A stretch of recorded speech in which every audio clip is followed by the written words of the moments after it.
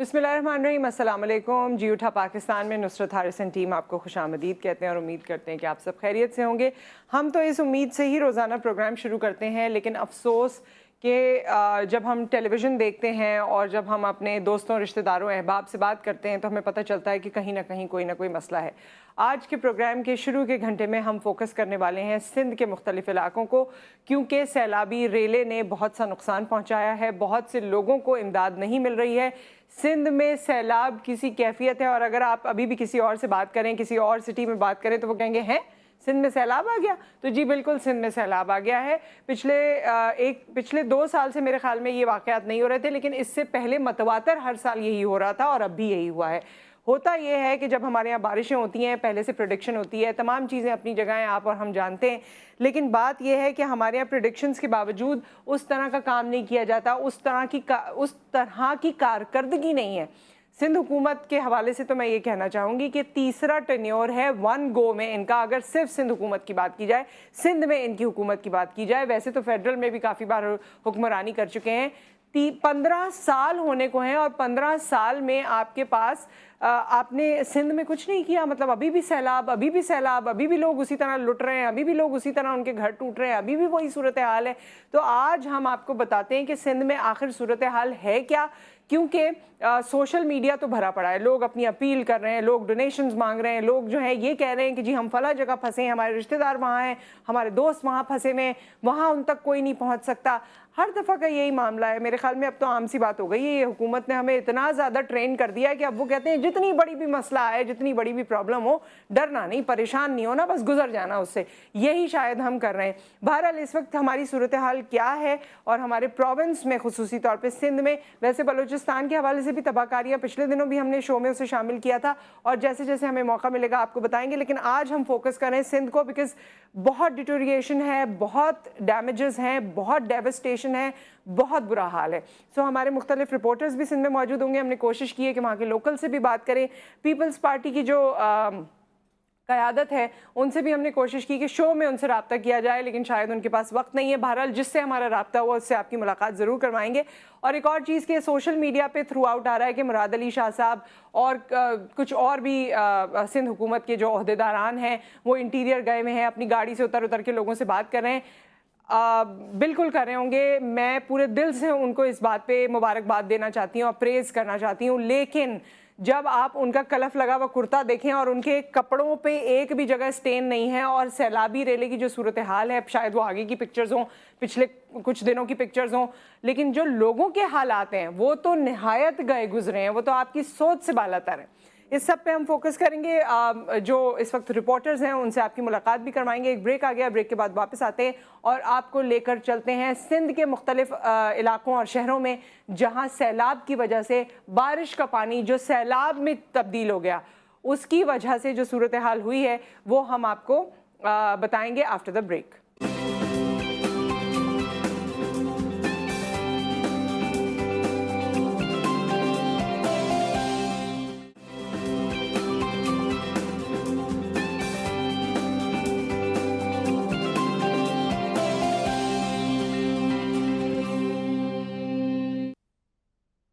Welcome back. और जिस तरह से मैंने आपको बताया कि अभी कुछ देर हम फोकस करेंगे सिंध में जो सूरत हाल है, जो डेविस्टेशन हुई है, उसके हवाले से बात करेंगे। अच्छा, जब हम सिंध की बात करते हैं तो अक्सर लोग ऑब्वियसली कराची भी सिंध में ही है, लेकिन जब मैं जुदा करती हूँ तो बहुत से लोगों को बुरा लगता है। लेकिन हम सिंध में हैदराबाद से शुरू करके जो इंटीरियर और इलाके हैं, अंदरून शहर और गांव, उनको फोकस करें, क्योंकि अल्हम्दुलिल्लाह कराची में सैलाब की सूरत हाल नहीं है, लेकिन कराची की वैसे सूरत हाल बड़ी ख़राब है।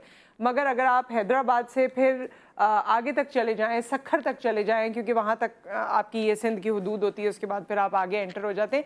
सो अगर आप आगे तक चलते चले जाएँ तो जितने वहाँ छोटे छोटे गाँव हैं, देहात हैं, शहर हैं, सब ही तबाही का शिकार हुए हैं। इस वक्त हमारे साथ दादू से मौजूद हैं हमारे नुमाइंदे आज़ाद बलोच, उनसे हम बात करेंगे और जानेंगे कि इस वक्त की क्या सूरत हाल है। अस्सलाम वालेकुम।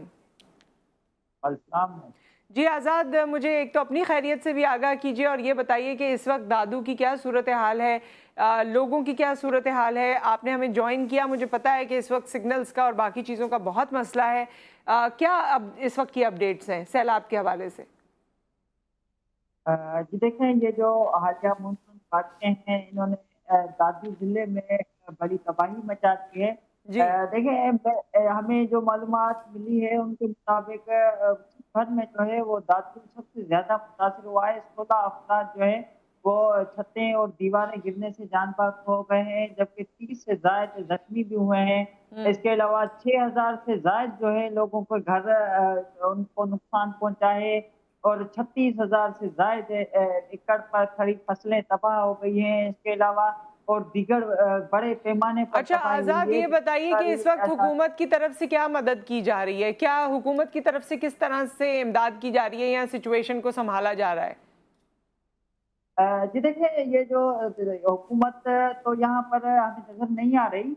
अ, हुँ। यहाँ के जो मुंतखब नुमाइंदे हैं, वो तो लोगों से अब मिलने से डरते हैं या पता नहीं लोगों में उनको किरोना महसूस होता है या कोई और चीज़ है, मगर वो अवाम के साथ नज़र नहीं आते। अपने हाउसेज़ पर, अपने कैंप ऑफिसेज़ पर तो नज़र आते हैं। वहाँ पर लोग मुतासिर भी लोग हैं और मुतासिर लोग उनके बंगलों में और उनके ऑफिसेज़ में जा रहे हैं, मदद के लिए पुकार रहे हैं। तो क्या मगर जो जवाब आ यहाँ रहा पर है उनका? जब मुतादिद लोग उनके कैंप ऑफिसेज़ में, उनके घरों में जा रहे हैं, क्या जवाब आ रहा है? वो वहीं मौजूद हैं या वो कराची आ चुके हैं?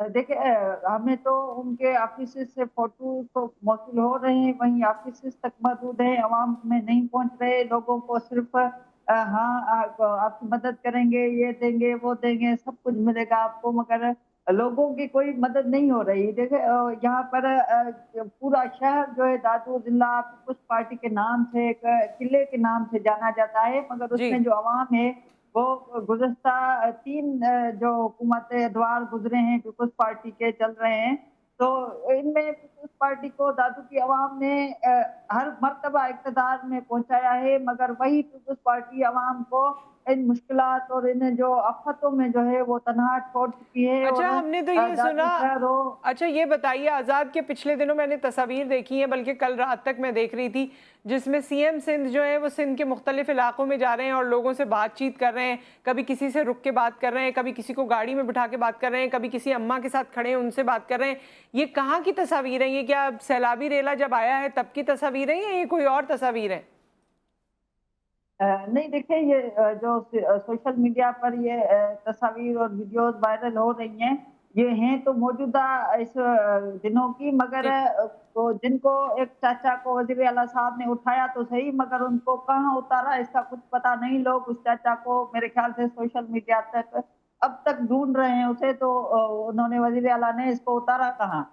तो हुँ। आज भी वज़ीर आला सिंध का दादू में दौरा था, वो रात गए अचानक बिना वजूहात, और इस पता नहीं क्या वजूहात थी उनकी, तो उन्होंने दौरा यहाँ दादू का जो है वो कैंसल कर दिया है और आज सुबह वहाँ दादू में उनको डीसी ऑफिस में मीटिंग करना अच्छा, था ये डिप्टी ये मुझे कमिश्नर और बताइए दीगर कि के ये साथ। जो सबसे ज़्यादा इस वक़्त जो ज़रूरत होगी वो खाने-पीने की चीज़ों की होगी, दवाओं की होगी। जब सैलाब है, ज़ाहिर है हमारी ड्रिल इतने सालों से मैं तो ये कवर कर रही हूँ, इतने सालों से देख रही हूँ, तो जब मेरी इतनी तरबियत हो गई तो मेरे ख़्याल में बाकियों की जिन्होंने ये तमाम चीज़ें पहुँचानी है उनकी तो हो ही जानी चाहिए, क्योंकि पहले पीडीएमए, एनडीएमए ये सारे और इदारे बीच में कहते थे कि जी हम प्रोवाइड करेंगे, बल्कि पीडीएमए किधर है? ये जो डिज़ास्टर मैनेजमेंट अथॉरिटी है प्रोविंस की, ये किधर है?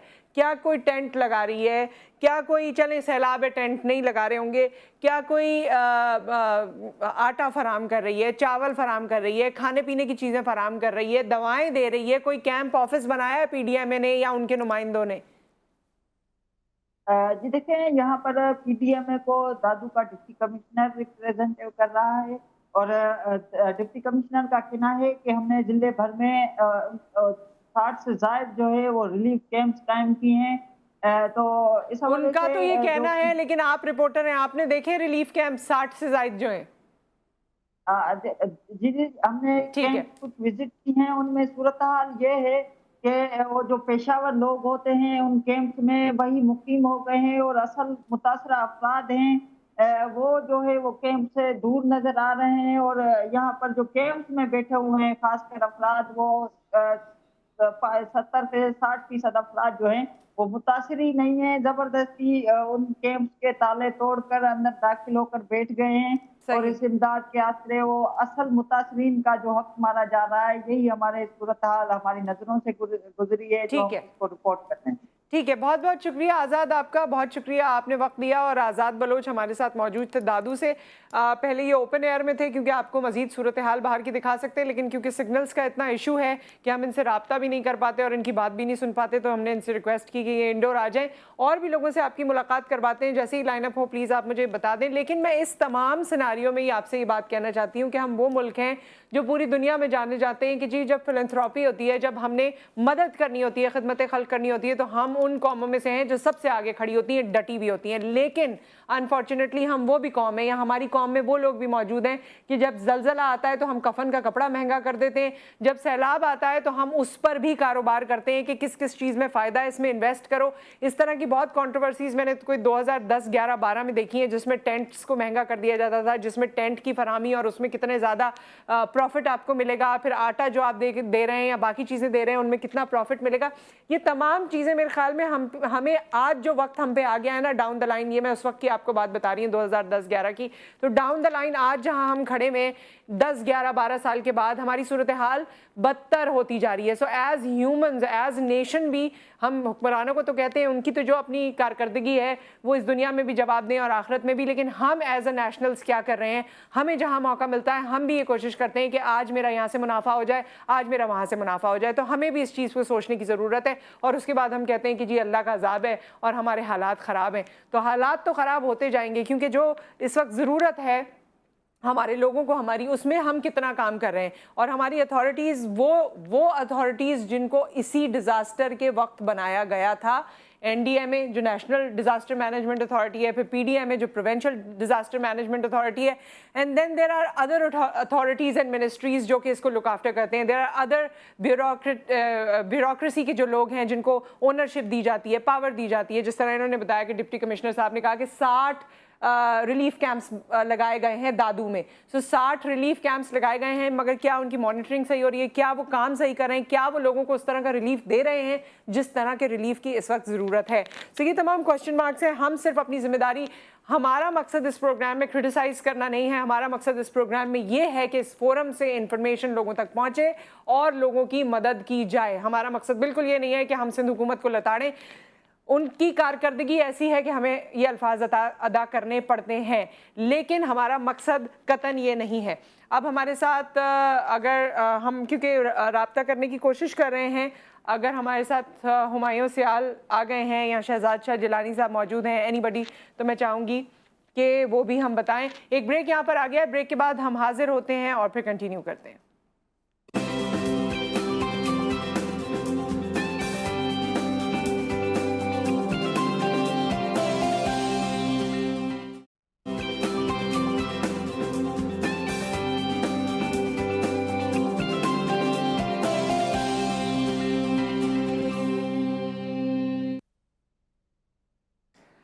जी ख़वातीन और हज़रात, इस वक्त हमारे साथ शहजाद शाह जिलानी साहब मौजूद हैं जो कि रहनुमा हैं पाकिस्तान पीपल्स पार्टी से। काफ़ी पुरानी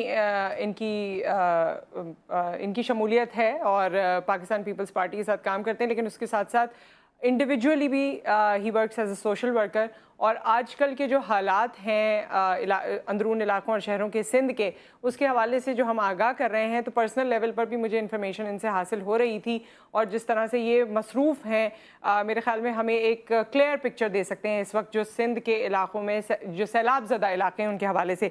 अस्सलाम वालेकुम शहजाद शाह साहब। जी वालेकुम अस्सलाम नुसरत साहिबा। शहजाद शाह साहब, इस वक्त आप कहाँ मौजूद हैं और क्या सूरत हाल है, क्या बताना चाहेंगे आप हमें इस सैलाब के हवाले से? जी मैं हूँ डिस्ट्रिक्ट खैरपुर में, जो कि सिंध का नॉर्दर्न जो एरिया है, सिंध का जो नॉर्दर्न एरिया, नॉर्दर्न सिंध में डिस्ट्रिक्ट खैरपुर है। जो तबाहकारियाँ बारिश की इस वक्त पूरे मुल्क में ही है, हर सूबे में है और सिंध के बहुत ज्यादा जो खास वल्नरेबल डिस्ट्रिक्ट हैं उसमें डिस्ट्रिक्ट खैरपुर भी है। खैरपुर डिस्ट्रिक्ट के अंदर जो हालिया ना थमने का जो सिलसिला है बारिशों का, उसकी जो तबाहकारियां हैं वो अब अल्लाह ताला जो है वो माफ करे। बहुत ज्यादा वल्नरेबल सिचुएशन है। तकरीबन यहाँ पे मैं आपको अगर ये बताऊं तो ये केयरफुली मैं आपको अगर बताऊं कि हजारों घर हमारे पास यहाँ पे जो है वो अब जमीन बोझ हो चुके हैं। बारिश का जो पानी है वो बहा के ले गया है। घरों के अंदर जो है, जो पहले हम कहते थे जी सैलाब 2010 का या 11 का, उसमें हमारे पास सैलाब या तो राइट बैंक आया था या लेफ्ट बैंक आया था। लेकिन अभी जो ये बारिशें हैं, ये बारिशें जो हैं, इसने इस वक्त कोई इलाका जो है वो महफूज नहीं छोड़ा। अगर मैं आपको कहूं कि जैसे आप एक इस तरह हम इस्तेमाल करते हैं ना जब हम पॉलिटिक्स डिस्कस करते हैं सेम पेज की, तो अगर मैं कहूं कि इस वक्त अगर rural and urban areas same page पे आ गए हैं, जिसका मतलब ये है कि पानी जितना रूरल एरियाज में अगर आ गया है उतना ही अभी अर्बन एरियाज में, अर्बन शहरों, गांव, देहात सब बराबर हैं, सब तबाह हो रहे हैं, सब जगह पानी है जी, सब तबाह है। और हमारा इवन अगर आपको बात बताऊं, मैं हम इस वक्त बैठे हुए हैं, मैं अपने घर पे बैठा हूं ओल्ड जिलानी हाउस में।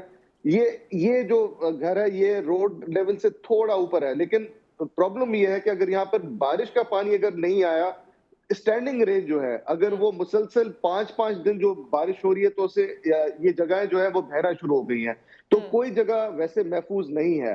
अच्छा दूसरा जो सबसे बड़ा जो शहजाद साहब, मैं इस पे आपसे, क्योंकि आपने खुद भी कहा और मुझे भी याद है 2010 और 11 से हम इस हवाले से बात कर रहे हैं, और सिंध हुकूमत का ये तीसरा टेन्योर है वन गो में। अगर सिर्फ हुकूमत सिंध की बात की जाए, सिंध प्रोविंस की बात की जाए, इस पूरे अरसे में ये जो अल्लाह की इतनी बड़ी नेमत हमारे पास आती है, जिसे हमें रेजरवॉयर्स में, डैम्स में या और जगहों पर कंजर्व करना चाहिए, वाटर कंजर्वेशन तो होती नहीं है बल्कि तबाहकारियाँ हो जाती हैं। इस पे क्या असेंबली में बात नहीं होती? इस पे क्या आप लोगों के ऐवानों में बात नहीं होती? इस पे कोई सोच नहीं होती? क्योंकि हमने कोशिश की कि हम और भी सिंध हुकूमत की क़यादत से रब्ते करें, लेकिन उनसे रब्ता नहीं हो पाया। तो क्या आप उनकी ज़बान बन के हमें ये बता सकते हैं? देखिए, आपने बड़ा एक अच्छा पॉइंट हाईलाइट किया है। हमारे पास जो एक प्लानिंग का जो सिलसिला है, हम खुद जो है बैठ के बात करते थे कि हमारे पास इतने अभी रिजर्वोयर्स आ गए हैं, इतने स्मॉल डैम्स आ गए हैं, इतना जो है वो पानी जो है वो जखीरा करने के लिए ताकि उसको रीयूज किया जाए। लेकिन अफसोस के साथ कहना पड़ता है कि हमारे पास इफेक्टिव मॉनिटरिंग नहीं हो रही है। हमारे पास जो है वो जो मंसूबे जो है, अभी हमारे पास खैरपुर के अंदर जो इतना बड़ा जो फ्लड की सिचुएशन आई है, उसकी एक वजह यह भी है कि एक तो बारिश बहुत ज्यादा हुई है, तो पहाड़ों से जो पानी, जो हमारे पास एक रिजर्वोयर जो है कोडीजी के साइड पर एक हमारी तहसील है, वहां पर एक डैम बना, लेकिन वो डैम नाकिस कारकर्दगी की वजह से वो टूट गया, ओवर टॉप हो गया। हम एक तो समझते हैं एक नेचुरल कैलेमिटी तो है, हम समझते हैं कि बारिश बहुत ज्यादा आई है, ये एक अजाब है, अल्लाह माफ करे, ये एक बहुत बड़ी डिस्ट्रक्शन है, लेकिन हमारी अपनी प्लानिंग्स भी कोई अच्छी नहीं है। हमारे पास प्रॉपर जो है रेन हार्वेस्टिंग का कॉन्सेप्ट अभी तक नहीं आया है। रेन हार्वेस्टिंग एक कामयाब तजुर्बा है, वर्ल्ड ओवर चलता है। हमारे पास अगर हम इसी पानी को, ठीक है, हम मानते हैं कि जहां पर इतनी ज्यादा बारिश आपको कंप्लीट करना होगा शहजाद साहब, क्योंकि आपसे कनेक्शन नहीं हो रहा था और हमारा टाइम आउट हो रहा है, सो मुख्तसरन इसे कंप्लीट कर लीजिए। जी, इसमें इसके साथ साथ ये है कि हमारी जो एक rain emergency and response system है, उसमें बड़े हमारे पास ग्रे एरियाज हैं। एक अगर हमें पता चल जाता है, वेदर फोरकास्ट आती है, तो हमें अपने इदारों को जो है इफेक्टिव बनाना होगा। हमारे पास लोग जो है, अल्लाह का शुक्र है, हमारे पास सारे रिसोर्सेज हैं, हमें सही लोग लगाने हैं काम पे। हमारे पास पब्लिक हेल्थ का जो डिपार्टमेंट है उसमें सही लोग लगाने हैं, उनको जो है वो सफाइयों का काम करना होगा। हमारे पास जो स्कार्फ का जो इरिगेशन का जो इदारा है, वो में जो सिम नालियां हैं उसकी सफाइयां क्यों नहीं हुई है, इलीगल वाटर कोर्सेस लोग क्यों बनाते हैं ताकि वो अपनी जमीनों को बचाएं और क्या लोगों को वो डिपो दें, इस पर एक इंक्वायरी होनी चाहिए। मैं अपनी जमात से, अपनी पार्टी से, अपने चीफ मिनिस्टर साहब अभी आए थे खैरपुर अभी, और कल वो सक्कर में थे, उन्होंने दौरा भी किया है, लेकिन स्टेक होल्डर्स से मिले, वो बताएं, स्टेक होल्डर्स उनको बताएंगे एक्चुअल सिचुएशन क्या है। डिस्ट्रीब्यूशन जो है उसको हमें यकीनी बनाना है थ्रू डिप्टी कमिश्नर्स। यहाँ पर लोग बेयार व मददगार हैं। मैं आपके चैनल के तवज्जुह से मैं ये बात उन तक पहुंचाना चाहता हूं कि अभी तक जो है वो उनको ना तरपाले मिली हैं, ना टेंट्स मिले हैं, ह्यूमैनिटेरियन क्राइसिस है। गवर्नमेंट अपना काम करे, लेकिन जो मुखिर हजरात हैं वो आए, ग्राउंड पे आकर देखें। यहाँ आप यकीन करें नुसरत साहिबा, इस वक्त मैं आपसे बात कर रहा हूँ, मैं आपको यकीन दिलाता हूँ कि बहुत ज्यादा, अगर मैं अपने डिस्ट्रिक्ट की बात करूं, 40% एरिया ऐसा है जहां पे आप पहुंच ही नहीं सकते, जहां सिर्फ हेलीकॉप्टर जा सकता है। यूसी नसीर फकीर जलालानी जो है कंप्लीट तबाह है।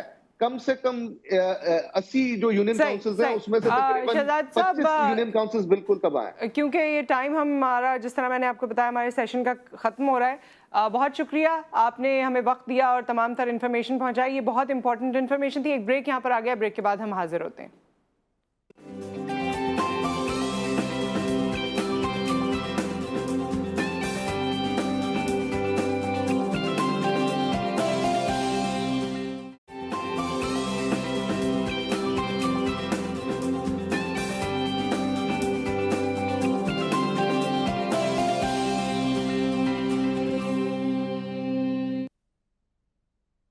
Welcome back. ख़वातीन हज़रात, हम सब ने जब सोशल मीडिया आहिस्ता आहिस्ता हमारी ज़िंदगी में पेनिट्रेट कर रहा था, तो एक ऐसी साइट थी जिसके बारे में हम सुनते थे और कभी कभी वहाँ जाते भी थे। उसका नाम था ज़मीन.com। जब इनिशियली वो स्टार्ट हुई तो ऑब्वियसली हमारा frame of mind as user या पोर्टल पे जाने वाली जो एक फुटफॉल होता है पोर्टल का, उसमें कुछ बहुत ज़्यादा सीरियसनेस नहीं लगती थी, हमें ऐसा महसूस होता था। बट विद टाइम इस पोर्टल ने और इस वेबसाइट ने अपनी बहुत गहरी और बहुत मजबूत जगह बनाई है लोगों के दरमियान। आज जब आपको किसी भी शहर में, किसी भी जगह में, पाकिस्तान में कोई घर तलाश करना होता है, कोई दुकान देखनी होती है, चाहे वो रेंटल्स हो, चाहे इन्वेस्टमेंट पॉइंट ऑफ व्यू हो, चाहे आप ख़रीदना चाहें, कितने ही रकबे का हो, कितने ही रूम्स पे मुश्तमिल हो, कौन सा एरिया हो, हर चीज़ की मालूमात आपको प्रॉपर्टी के हवाले से ज़मीन.com पर मिल जाती है। तो ज़मीन.com के इस वक्त हमारे साथ सीनियर डायरेक्टर सेल्स मौजूद हैं, चौधरी लईक इफ्तिखार साहब। उनको हम खुशामदीद कहते हैं। अस्सलाम वालेकुम। वालेकुम अस्सलाम जी चौधरी साहब, thank you so much for taking out time for us. और क्योंकि आप लाहौर रीजन को देखते हैं, तो पहले तो मैं आपसे ये जानना चाहूँगी, क्योंकि जब हम कराची में होते हैं और पंजाब के बारे में या स्पेसिफिकली लाहौर के बारे में बात करते हैं, तो एवरीबडी सेज़ कि जी लाहौर बहुत अच्छा हो गया है, बड़ा साफ़ सुथरा है, बड़ा ग्रीन है और बड़ी अच्छी प्रॉपर्टी वहाँ पर है। और अगर आप उस प्रॉपर्टी के फाइनेंसेस को कंपेयर करते हैं कराची से, तो आपको लगता है कि लाहौर की प्रॉपर्टी कदरे आप उसको अफोर्ड भी कर पाते हैं, उतनी महंगी नहीं है जितनी कराची की प्रॉपर्टी महंगी हो गई है। क्या कहना चाहेंगे? जी, मैं यही कहूँगा, Lahore is the capital of Punjab और यहाँ पे बहुत ज़्यादा काम किया गया है in the last 10 to 15 years में। अगर देखा जाए तो इसकी इंफ्रास्ट्रक्चर पे बहुत काम हुआ है। We have very nice parks here, is greenery, the roads are very nice अल्हम्दुलिल्लाह। और जो लोग पाकिस्तान के बाहर से आते हैं और इवन कराची से जब आकर लाहौर को देखते हैं, तो कहते हैं हमारा दिल कहता है कि हम लाहौर में अब अपनी हाई राइज वर्टिकल बिल्डिंग्स बनाएं, because they have seen the infrastructure now. तो the infrastructure is very nice अल्हम्दुलिल्लाह। जी, इसकी मैंने आपसे ये भी पूछा कि इन्वेस्टमेंट पॉइंट ऑफ व्यू से, या अगर आप वहाँ घर बनाना चाहते हैं, ये ख्वाहिश का इजहार तो लोग करते हैं, लेकिन कितना उनकी रेंज में या अफोर्डेबिलिटी में आता है अगर आप इसे दूसरे शहरों से कंपेयर करें, स्पेशली कराची से? बिकॉज वी फील कि कराची की प्रॉपर्टी जो है वो काफ़ी ज़्यादा अब महंगी होती जा रही है। कराची में घर बनाना दिन ब दिन मुश्किल होता जा रहा है, whereas Lahore is a very very good option. इसमें ये कहूँगा, देखा जाए तो लाहौर की अगर प्राइसिंग देखी जाए, डीएचओ को देखें या बाकी लोहे की लोकेशन, तो कराची से प्राइस में कोई मैच नहीं है। It is very under price as per infrastructure. So that's why I am saying that a lot of developers are coming from Karachi and they are buying plots in Lahore for the vertical. Because सबसे पहले कराची तो partition के time पे भी vertical था, उसके बाद इस्लामाबाद आपका वर्टिकल हुआ, लाहौर वॉज नॉट वर्टिकल। इसके अंदर ज़मीन.com का बड़ा रोल है। 2015 में जब हमने वर्टिकल प्रॉपर्टीज की तरफ लोगों को कहा, तो people just want to have their own land and their own sky. They don't believe कि यार लाहौर में भी लोग अपार्टमेंट्स लेंगे, खरीदेंगे और रहेंगे। अब अगर पिछले 5 साल को देखा जाए, 6 साल को देखा जाए, तो what we have seen now, the people are living in the apartments. A lot of people, the expats and the people from Karachi, from Sindh, from Islamabad, they are buying properties in Lahore. Because the capital gains are very good, the rental yields are very nice. You can say कि जो properties हमने आज से 5 से 6 साल पहले cell की थी, आज जब उनका possession hand over हुआ है, तो जिस अमाउंट पे उन्होंने इन्वेस्टमेंट की थी, तकरीबन 100% कैपिटल गेन मिला है उनको 5 years में। और रेंटल yield अगर उनके इन्वेस्टमेंट के हिसाब से देखा जाए, that is between 8 to 10%, which is not matchable in any other part of Pakistan. अच्छा, मुझे ये भी बताइएगा आप चौधरी साहब कि जिस तरह हम ट्रांसपेरेंसी हमारे लिए बड़ी इंपॉर्टेंट होती है जब हम कहीं इन्वेस्टमेंट कर रहे होते हैं खुसूसी तौर पे, तो जो भी आपके पोर्टल पे प्रॉपर्टी मौजूद होती है, क्या उसकी एक ट्रांसपेरेंसी या कोई प्रोसेस भी ऐसा है जिससे आप गुजारते हैं उसको और फिर देखते हैं कि ये हर तरह से वायबल है, हर तरह से ट्रांसपेरेंट है, उसके बाद आप उसे ऑफ़र करते हैं या अपने पोर्टल का हिस्सा बनाते हैं?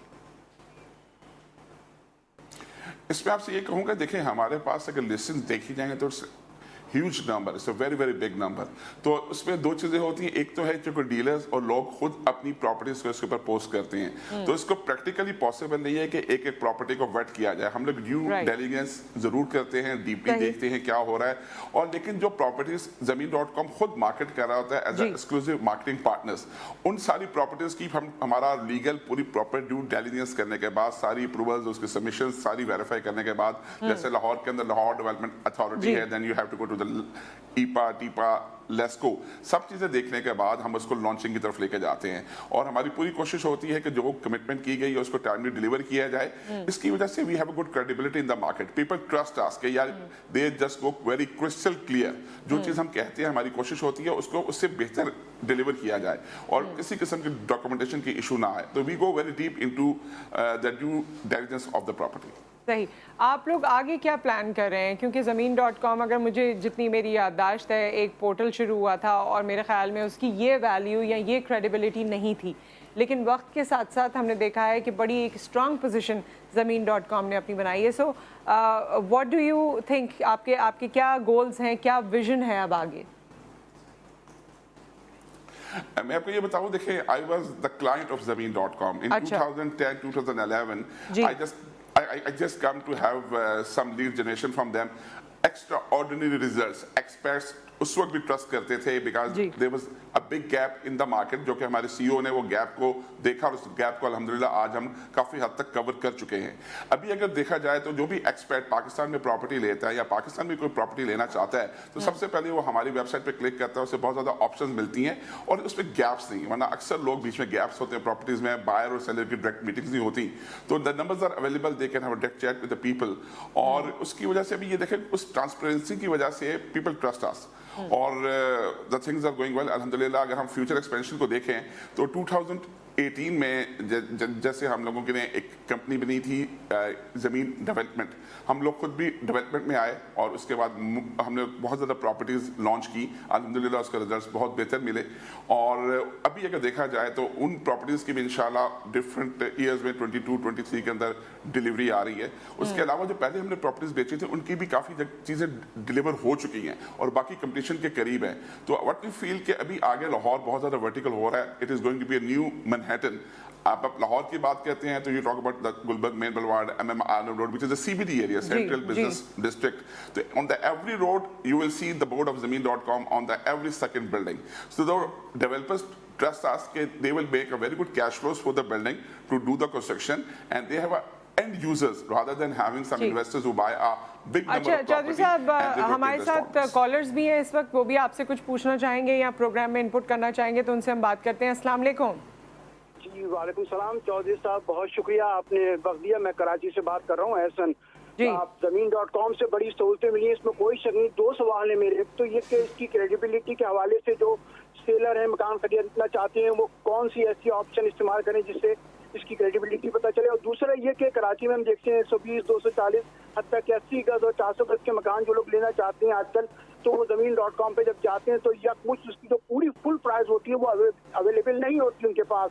तो क्या कोई आपने ऐसा ऑप्शन रखा हुआ है कि उसको इंस्टॉलमेंट में भी दे सकें, या कोई ऐसी बाउंडिंग करके कि भाई अभी आप इतना % अदा कर दें, हम आपको वक्त के साथ दे देंगे? और ऐसा होता है कभी कभी उनके बच्चे या दीगर लोग उसमें सपोर्ट होते हैं, तो ऐसा पैकेज है? बिल्कुल सही है, हम ये ऑनर जवाब ले लेते हैं। चौधरी साहब, आपने इनकी बात सुनी है, एहसन साहब की?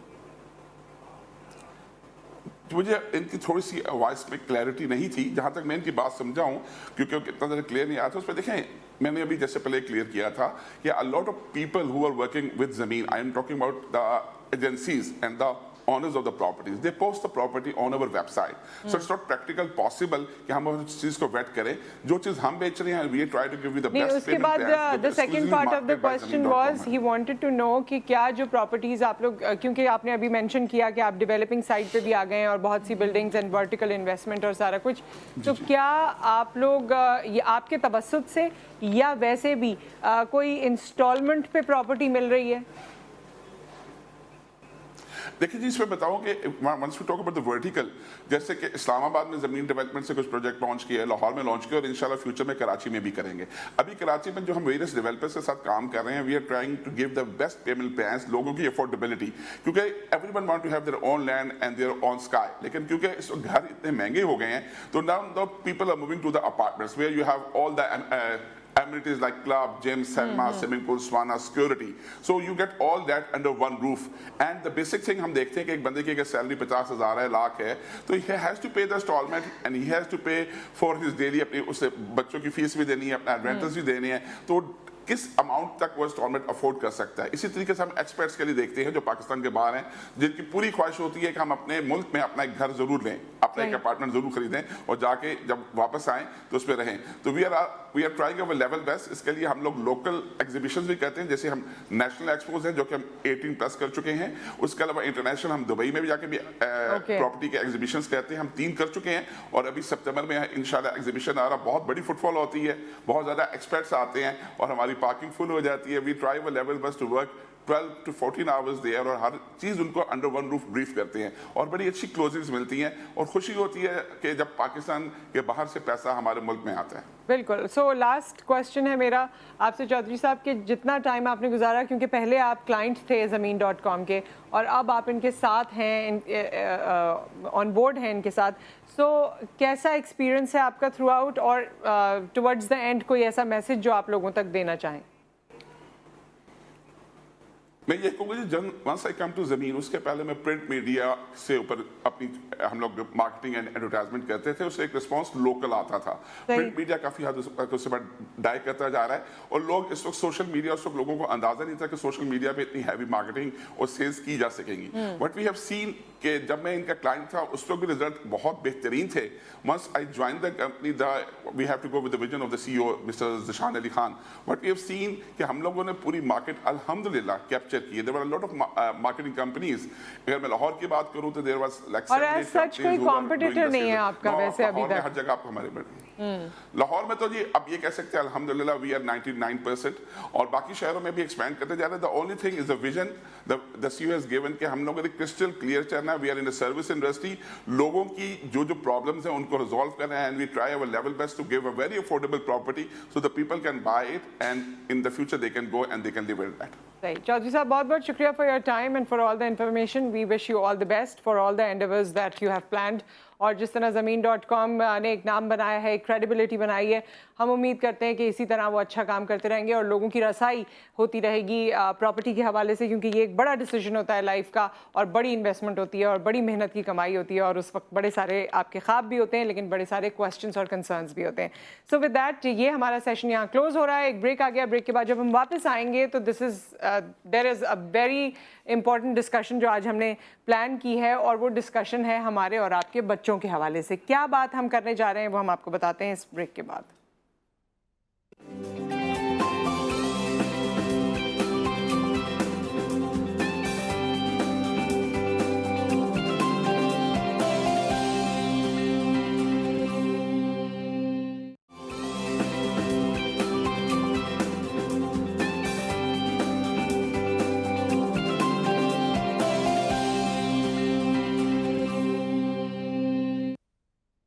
वेलकम बैक ख़वातीन और हज़रात। टॉपिक तो हमारा बहुत इंपॉर्टेंट और मुफीद है लेकिन टाइम हमारे पास आज कुछ कम सा है, तो जल्दी जल्दी हम इस पे बात करते हैं। आज हम अपने बच्चों के बारे में बात कर रहे हैं। हमारे बच्चों में आजकल हर माँ का ये इशू है कि एक वक्त अगर बच्चे ने घर का खाना खा लिया तो फिर उसे कुछ बाहर का खाना है।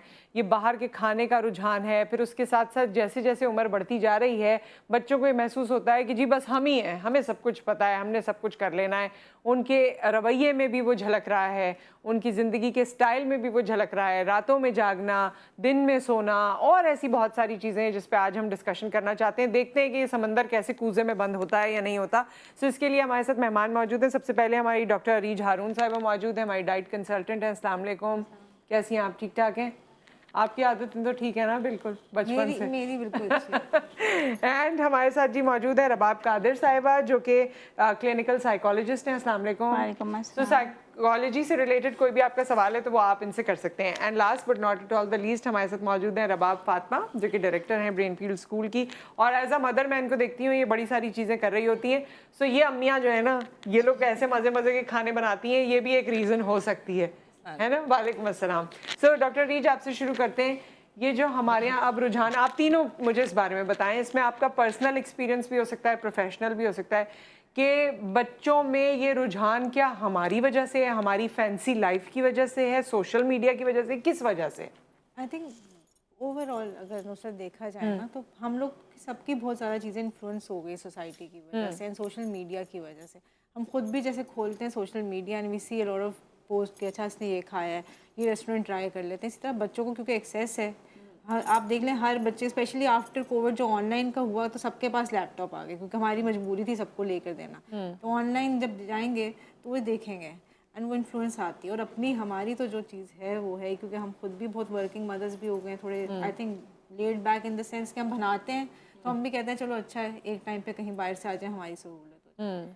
मल्टीपल फैक्टर्स आई थिंक, एक चीज़ नहीं आप कह सकते। एक पिन पॉइंट होता है ना कि ये पॉइंट खराबी है तो हम इसको सही कर देंगे, वो चीज़ नहीं है इसमें।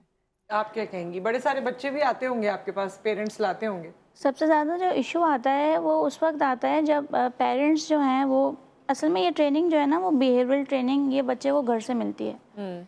वो अब आपने देखा होगा कि जैसे यंग मदर्स हैं, बच्चा थोड़ा सा भी रोता है तो वो उठा के उतना फ़ोन दे देती है उनके हाथ में, या वो जिस चीज़ के लिए रो रहा है वो चीज़ उसको प्रोवाइड कर देती है ताकि ये चुप हो जाए। मतलब हमने अपने सुकून के लिए उससे जो है वो चीज़ प्रोवाइड कर दी जिसके लिए वो ज़िद कर रहा था। इसका मतलब उसका एक बिहेवियर बन गया कि अब जब मैं रोऊंगा, मैं चीखूंगा, मैं लड़ूंगा तो मुझे वो चीज़ आराम से मिल जाएगी। और जब बच्चे क्रैंकी हो जाते हैं, रिबेलियसनेस शो करते हैं तो हम उनकी ज़िद्दें पूरी कर लेते हैं। तो ये सारी चीज़ें जो होती है एक बिहेवियर को जो है वो डेवलप कर रही होती हैं। तो ये थोड़ा सा जो फैक्टर ज़्यादा फैक्टर जो सोशल मीडिया से भी ज़्यादा फैक्टर पेरेंटिंग का आता है, क्योंकि बच्चों को हम इतना वल्नरेबल बना देते हैं ना कि अब वो सोचेगा ही इस तरीके से कि मुझे एक चीज़ हासिल करनी है तो मुझे अपने पेरेंट्स के सामने क्रैंकी होना पड़ेगा। अच्छा रबाब, हम भी तो बच्चे थे ना, मतलब हमारे भी, आपको भी याद होगा अपने बचपन में अम्मी कितनी आपकी ख्वाहिशें पूरी करती थी और अब आप कितनी ख्वाहिशें पूरी करती हैं। तो इस पॉइंट को अगर सोचती हैं आप और आज के बच्चों को देखती हैं, क्या लगता है आपको? सही बात यह है कि जब हम बच्चे थे तो हमारे पेरेंट्स ना हम इतनी फरमाइश करते थे और ना वो लोग इतनी पूरी करते थे, वो एक बैलेंस रख के चलते थे। अच्छा, हम लोग जो हैं वो या दोनों फैक्टर हैं, एक तो हम खुद भी एज अ पेरेंट ज़्यादा बिजी हो गए और दूसरा फैक्टर ये है कि सोशल मीडिया का जब इर्द गिर्द में तमाम लोग अपनी चीज़ें पोस्ट करते हैं या और भी सोशल मीडिया पे बच्चे रिसर्च करके देखते हैं तो इस तरह उनकी मतलब उनकी सोचने की और उनकी देखने की सलाहियत हमसे बहुत ज़्यादा है। हमारे पास उस टाइम पे ये तमाम चीज़ें अवेलेबल नहीं थी। हमारे घर में जो भी पकता था हम वो खाते थे, हमें ये नहीं पता होता था कि बराबर में कौन क्या खा रहा है या उस मुल्क में क्या पॉपुलर डिश है। तो अब बच्चों की रिसर्च इतनी ज़्यादा है हर चीज़ में कि वो ये सोचते हैं कि मतलब अगर ये इस मुल्क की अच्छी डिश है तो हम why not we try it. तो ये बात है, ये बात है जिसकी वजह से वो करते हैं। और कॉन्फिडेंस भी है ना, हमें वो वाला कॉन्फिडेंस नहीं था, जिद करते थे लेकिन वो वाला कॉन्फिडेंस नहीं था जो आजकल कॉन्फिडेंस है बच्चों में। लैक ऑफ इन्फॉर्मेशन थी उस वक्त ना। अब ये इन्फॉर्मेशन बहुत ज़्यादा और सिमट के आ गई एक छोटी सी जगह पे जहाँ पे बच्चे वो कलेक्ट कर लेते हैं।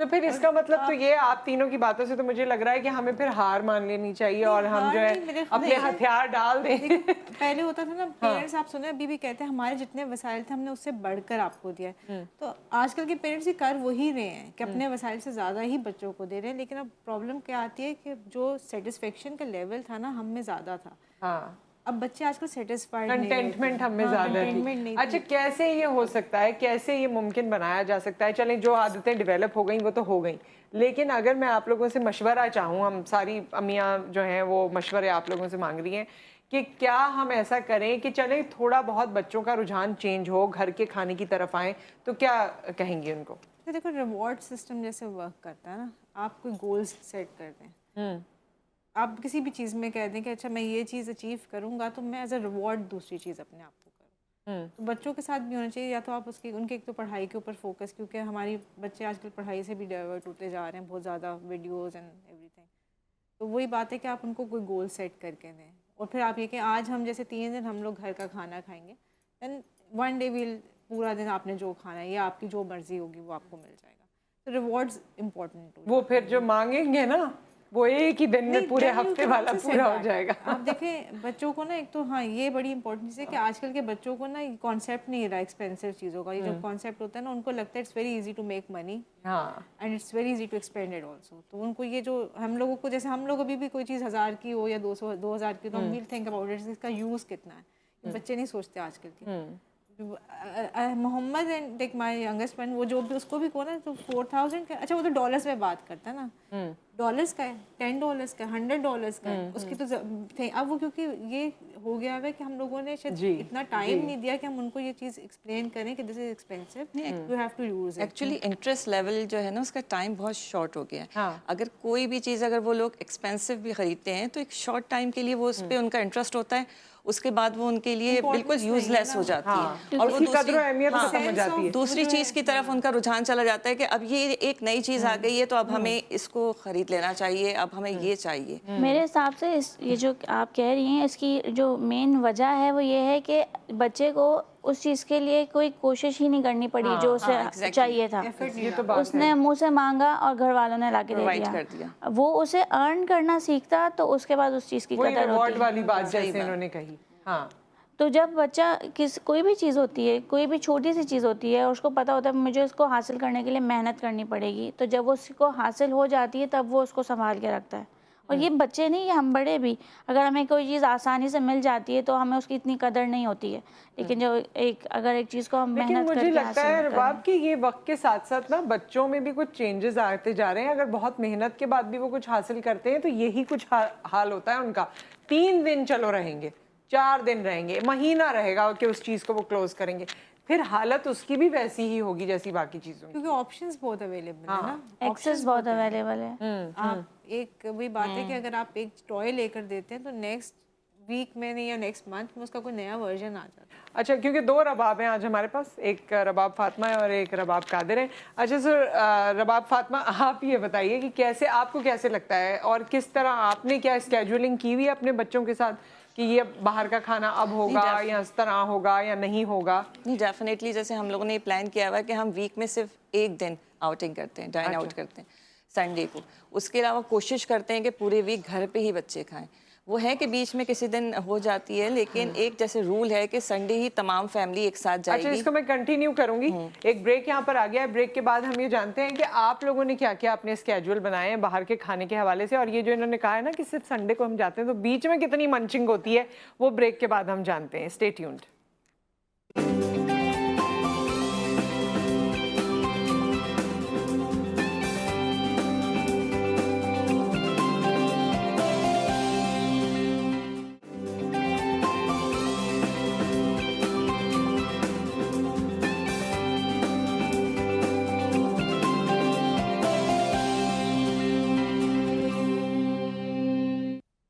ख़वातीन हज़रात, हमारे साथ रबाब, अरीज और रबाब मौजूद हैं। ऐसे लग रहा है कोई म्यूजिकल चेयर हो रहा है, सैंडविच भी। सो हम बच्चों की ईटिंग हैबिट्स पे अभी तो बात कर रहे हैं क्योंकि इतनी ही हम बात कर सकेंगे। मेरी ख्वाहिश तो थी कि हम और चीज़ों पे भी बात करते। बहरहाल आप कुछ बता ही नहीं थी जब हम ब्रेक पे गए कि कैसे आप अपने बच्चों को आमादा करती हैं या अपना कोई स्केड्यूल बनाती हैं या जिसको फॉलो करने की कोशिश करती हैं जिससे वो घर का खाना खाएं।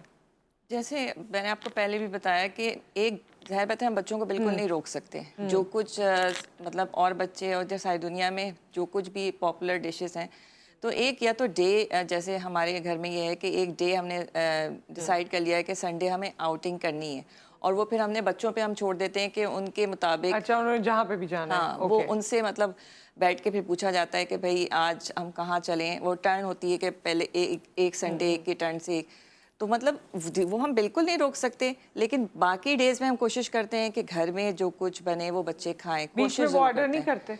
नहीं कर लेते कभी कभी, लेकिन इतना ज्यादा नहीं। लेकिन ये है कि डिनर इजाजत मुश्किल से मिलती है। हाँ, इजाजत ऐसे नहीं मिलती। जैसे इसमें देखिए एक फैक्टर ये भी कि अगर मैं किसी दिन बिजी हो गई तो चलो परमिशन है कि आज जाना है मम्मा को कहीं जाना है तो चलो दे दिया, वो भी वंस इन अ वाइल कभी हुआ। लेकिन बस एक दिन रखें और बाकी कोशिश करें कि जो घर में पके वो आप कहें कि वो उनको खाना चाहिए, तो ये कोशिश जरूर करते हैं। अच्छा, आपने अपने बारे में बता दो, यहाँ घर के बारे में या जिस तरह आप लोगों के घर में स्केड्यूल हो। हमारे घर में जो सिस्टम है वो ये होता है कि वीक में 1 से 2 दफ़ा या 3 दफ़ा भी हो जाता है। मेरी जो मदर है 1 से 2 से 3 नहीं, मेरी जो मदर है ना वो जैसे अगर बिलफर्ज रोल पराठा बनाना है या कुछ भी तो वो घर में ही हमें बना कर देंगी कि घर की रोटी का होगा या घर के मैदे का होगा, तो वो चीज़ जो है वो घर में ही वो बनाकर हमें दे रही होती है। तो बाहर का वैसे हमारा बहुत कम होता है कि बाहर से मंगवा के खा लिया, क्योंकि वो बना देती है हमें जो बनाना। अच्छा, जो भी पिज्जा बनाना है, रोल्स बनाने हैं, फास्ट फूड जो कुछ भी है, तो वो अम्मी बहुत मेहनत करती है ना। हाँ, क्या बात है, क्या बात है। हाँ जी अरीज, आप क्या करती हैं? मेरा तो एक्चुअली हम लोगों का, मेरे हस्बैंड और मेरी तो दोनों डॉक्टर्स हैं, तो कोई रूटीन इस तरह फिक्स नहीं होती, बाहर से आ जाता है। लेकिन ये कि मैंने ना अपने बच्चों को 2-3 चीज़ें जो अच्छी आदतें मैं कहूँगी, एक दलिया खाने की आदत, एक ब्राउन ब्रेड के सैंडविचेस, जो घर के कबाब वगैरह, ये मैं कहती हूँ क्योंकि अगर आपको जैसे मैं मील्स प्रिपेयर करती हूँ, हमारे यहाँ मीट ज़्यादा बनता है तो उसमें टाइम लगता है। सब्जियाँ मेरे बच्चे सारी खाते हैं, जो ये अच्छी बात है। ये तो बहुत और ये अच्छी क्रेडिट मेरे पेरेंट्स को जाता है क्योंकि उन्होंने वो खाते हैं सारी सब्जियाँ, तो उनके पास जब भी जाते थे खाते थे तो आदत पड़ गई। अब ये कि सब्जियाँ सारी खाते हैं तो वेजिटेबल एक बनी होती है, उसके अलावा ये चीज़ होती है। हाँ, अगर बाहर से मंगवाना है, कभी कभी पिज़्ज़ा के ऑप्शंस दे देती हूँ, लेकिन मैं उनको कहती हूँ अगर आपने बाहर से मंगवाना है हेल्दी ऑप्शंस पे फोकस करें, या आप ग्रिल्ड की तरफ चले जाएं, आप सी फूड की तरफ चले जाएं। और वैसे ये कि मैं खुद जो स्टीम टाइप की चीज़ें बनाती हूँ, मेरे बच्चे सारे खा लेते हैं। स्टीम वेजिटेबल्स है, चिकन है, मीट है, वो सब खा लेते हैं। तो आप उनको इस तरह के ऑप्शंस देती हैं। कॉलर हमारे साथ हैं, अस्सलाम वालेकुम। मॉर्निंग नुसरत, कैसी हैं आप? मैं ठीक ठाक। आया साहब, बड़ी दूर से आवाज़ आ रही है आपकी। अच्छा, अब आ रही है। मैं पहले तो तमाम खवातीन को सलाम हूँ। मैं तो सिर्फ टाइम कम है, मुझे पता है, मैं सिर्फ इतना कहूँगा कि देखें, बच्चे तो बच्चे हैं, वो तो ज़ाहिर एक्सेस हो गया है, तो ऑनलाइन का जंक फूड के आदी हो गए, जंक इन्फॉर्मेशन के आदी हो गए। लेकिन उन माओ का करें, क्या करें जो खुद जंक फूड की आदी हो गई? मेरा बस यही सवाल है। You are talking to one. जी जी, सही। उन माओ का क्या करें, सही है, हम इस पे ज़रूर बात कर लेते हैं। गो कि मुझे जंक फूड बहुत पसंद है, लेकिन मैं उस तरह नहीं खाती। रब आपको पता है जी, खाती हूँ कभी कभी, एक फेज़ आता है, लेकिन वैसे इतना नहीं खाती। लेकिन हाँ, मुझे अगर कोई ऑप्शन दे और मेरी ज़िंदगी में मुझे पता होता कि ये जो जंक फूड है ये हेल्दी फूड है, तो मैं उसको ज़रूर अपनी ज़िंदगी की, भाई शौक होता है, पसंद होती है, पसंद किसी को भी हो सकती है। आया साहब, माँ हो, बच्चे हो, हर कोई इंसान है, क्यों? फिर कोई ना कोई बच्चा फिर यही सीखता है। हाँ, तो इसीलिए तो नहीं खाते ना इतना। मगर अंदर तो है ना वो इनबिल्ट कहीं ना कहीं। नहीं, ये देसी फूड भी बहुत सारे अच्छे लगते हैं, लेकिन आई थिंक देखो जंक फूड इज कि जो उसकी न्यूट्रिशनल भी कम हो और जो अनहेल्दी भी हो। हम लोग तो अपने जो हेल्दी ऑप्शंस हैं उनको भी जंकी बना देते हैं by adding so much oil and spices. तो जंक फूड, हाँ, ये लोग कंसिडर करते हैं कि सिर्फ बर्गर पिज़्ज़ा, आप हेल्दी बर्गर्स भी बना सकते हैं। तो जंक फूड से इसके न्यूट्रिशन भी कम। अब तो एयर फ्रायर्स वगैरह से आ गए हैं तो कि आप पहले जंक की डेफिनेशन करें। आपको अगर बर्गर पसंद है और आप हेल्दी बर्गर खा रही हैं तो that is not a junk. हाँ, सही, ठीक है। तो इसलिए पहले जंक की डेफिनेशन हम लोगों के जहन में है ना, वो गलत है, उसको पहले सही करना चाहिए। Not all burgers, not all pizzas are आप हेल्दी ऑप्शन से बना लें, जो कि हम करते हैं। हाँ, और दही खाएं, दही खाएं, ये हर बार कहती हैं कि दही खाएं, दही मेरे खाएं। बच्चे बहुत दही खाते हैं ऐसे। अच्छा, मैं दही जो है ना, ये मैं बताऊँ, दही खाने से ना आपकी गट इतनी अच्छी वर्क करती है। अनटिल अनलेस किसी को कोई मिल्क एलर्जी है या कोई लैक्टोज एलर्जी है तो वो थोड़ा अवॉइड कर सकता है। उसमें भी आप पता है दही खा सकते हैं। फिर भी अच्छा, दही ना भी खाएं तो मैं कहती हूँ लस्सी पी सकते हैं, लस्सी पी दें, या दही इन एनी फॉर्म, स्मूदीज वगैरह यूज कर सकते हैं। Smoothies, there so many options, लेकिन दही ले जरूर अपनी डाइट में। हाँ, दही का इस्तेमाल ज़रूर करना चाहिए। अच्छा भाई, अब क्योंकि साइकोलॉजिस्ट हमारे साथ मौजूद हैं, तो क्या अगर हम बच्चों को अपने हिसाब से ढालना चाहते हैं, पेरेंट्स को ये लगता है, ये बड़ी कॉमन बात है, बहुत दफ़ा कही जाती है, लेकिन इसकी गहराई में आप थोड़ा सा हमें बताइए कि जी जैसा माँ बाप करेंगे वैसा ही बच्चे करेंगे, लेकिन जब अपने जैसा ही बच्चा रिफ्लेक्ट कर रहा होता है तो माँ बाप से डाइजेस्ट नहीं होता। वो कहते हैं मैंने तो ऐसे नहीं किया, मैं तो ऐसी बचपन में नहीं थी, मैं तो ऐसा बचपन में नहीं था, जबकि कर वो बिल्कुल वही हरकत कर रहे होते हैं जो माँ बाप से रिलेटेड होती है। असल में हमें खुद जो है वो एक्सेप्टेंस नहीं है ना। एक चीज़ हमें बुरी लग रही है और हमें पता है कि हमारे अंदर है, तभी हम नहीं चाह रहे कि सामने वाले के अंदर आए, बट हम उसके अपने आप के अंदर से वो चीज़ ख़त्म भी नहीं कर पा रहे, एक्सेप्ट नहीं कर पा रहे सबसे पहले। और अगर किसी भी पेरेंट्स को ये लगता है कि हम जैसा चाहते हैं बच्चा वैसा करेगा, तो अब ये बात बिल्कुल ख़त्म हो चुकी है। ऐसा नहीं होता, कभी हो भी नहीं सकता, क्योंकि पर्सनैलिटीज़ डिफरेंट है। हमें अपने बच्चों की पर्सनैलिटीज़ को समझना पड़ेगा, उनकी लैकिंग्स को भी समझना पड़ेगा, उनकी स्ट्रेंथ्स को भी समझना पड़ेगा। मेरा एक ये है कि बच्चे के साथ माँ बाप ज़िद्दी बन जाते हैं, ज़िद्दी के सामने ज़िद्दी बन जाते हैं, उसकी ज़िद के साथ खेलना नहीं आता पेरेंट्स को, तो इसकी वजह से सारे क्लैशेस आना शुरू हो जाते हैं। बड़ा अच्छा पॉइंट था, हम और इस पे बात करते हैं, लेकिन वक्त क्योंकि ख़त्म हो रहा है। रबाब, आपसे मेरा आखिरी सवाल ये होगा कि स्कूल टीचर्स का मैं देखती हूँ कि बड़ा रोल होता है और उनकी वजह से भी बच्चे बहुत सारी चीज़ें करते हैं या नहीं करते हैं। इसके बारे में आप क्या सोचती हैं कि स्कूल और टीचर्स कितना रोल प्ले कर सकते हैं? देखिए, स्कूल बहुत अहम रोल अदा कर सकता है। जैसे हमारा school as a brain field, उसमें हम लोग बिल्कुल बेसिक लेवल से EYFS मॉन्टेसरी से ही बच्चों में ये चीज़ उजागर करने की कोशिश करते हैं कि आप हेल्दी डाइट लें। मतलब हम मुख्तलिफ एक्टिविटीज़ के ज़रिए, मॉन्टेसरी लेवल के बच्चे छोटे होते हैं, सैलड मेकिंग करना, फ्रूट्स का डे हम लोग सेलिब्रेट करते हैं, और जूसेस वगैरह। तो इस तरह इन सब के बच्चे खुद प्रिपेयर कर रहे होते हैं, तो जाहिर बात फिर उसके साथ टीचर्स उनको ये बताती हैं कि इसमें क्या न्यूट्रिशंस है, इसमें क्या ताकत है। तो वो बेसिक से हम, और फिर उसके बाद हम ग्रेड वाइज जैसे और हमारे जो हायर ग्रेड्स हैं उसमें साइंस के हमारे टीचर्स मुख्तलिफ एक्टिविटीज़ के ज़रिए, प्रैक्टिकल के ज़रिए बताते रहते हैं। अच्छा, बड़ी इंपॉर्टेंट बात हो रही थी, मुझे बहुत अच्छा लग रहा था, मेरे जहन में बहुत सवालात थे, लेकिन अनफॉर्चुनेटली हमारा टाइम ख़त्म हो गया। इंशाल्लाह दोबारा ऐसी कोई बैठक रखेंगे और आप लोगों से सीखेंगे और डिस्कशन करेंगे, आपको भी मौका देंगे प्रोग्राम में शामिल होने का। यहाँ पर हम आपसे विदा लेते हैं, कल इंशाल्लाह मुलाकात होगी। अपना ख्याल रखिए, दुआ में याद रखिए। अल्लाह हाफ़िज़।